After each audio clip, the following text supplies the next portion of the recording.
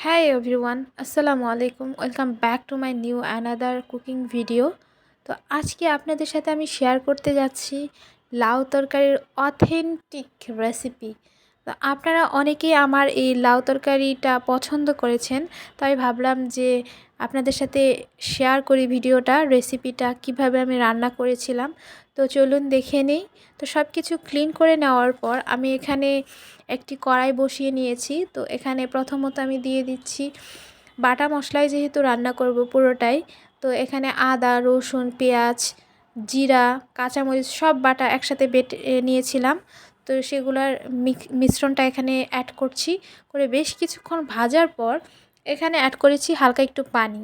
তো পানি দিয়ে আবারও বেশ কিছুক্ষণ মশলাটা কষিয়ে নিব। তো তার কিছুক্ষণ পর এখানে হলুদের গুঁড়াটা অবশ্যই বুঝে শুনে অ্যাড করবেন, কম বেশি। তারপরে দিয়ে দিয়েছি মরিচের গুঁড়া, আর দিয়ে দিয়েছি পরিমাণ মতো লবণ। তো সব কিছু দেওয়ার পর আমি এই মশলাটা খুব ভালোভাবে কষিয়ে নিব। তো এই মশলাটা যত ভালো কষানো হবে তরকারির টেস্টটা তত বেশি ভালো হবে। তো কিছুক্ষণ আমি ঢেকে দিয়েছিলাম, ঢেকে দেওয়ার পর এই পর্যায়ে মনে হয়েছে যে পানি একটু শুকিয়ে গেছে। তো তারপর এখানে আমি যেহেতু চিংড়ি মাছ দিয়ে লাউ তরকারিটা রান্না করব, তো এখানে চিংড়ি মাছগুলো দিয়ে দিয়েছি। তো চিংড়ি মাছ দেওয়ার পর আবারও কিছুক্ষণ নেড়েচেড়ে হালকা একটু পানি দিয়ে দিব, জাস্ট চিংড়িটা একটু সেদ্ধ হওয়ার জন্য। তো পানি দিয়ে আমি এই পর্যায়ে আবারও ঢেকে দিচ্ছি। ঢেকে দেওয়ার পর এই তো ঢাকনা খুলে নিয়েছি। নেওয়ার পর দেখতে পাচ্ছেন মশলাটা খুব ভালোভাবে কষানো হয়ে গেছে। তো পানিও শুকিয়ে গেছে। এই পর্যায়ে আমি অ্যাড করছি লাউ। তো লাউটা অনেক বেশি ভালো ছিল, আলহামদুলিল্লাহ। একদমই পুরা কোনো পানি লাগে না, তরকারিতে লাগে নাই। তো পুরোটা লাউয়ের পানি দিয়ে আমি তরকারিটা রান্না করেছি।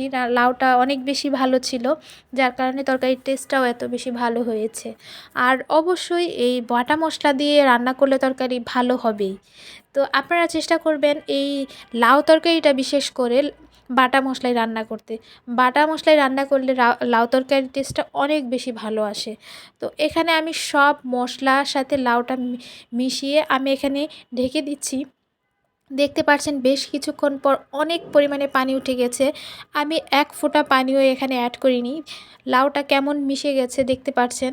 তো অবশ্যই লাউ যখন কিনবেন বুঝে শুনে কিনবেন, তাহলে তরকারির টেস্টটা অনেক বেশি ভালো আসে।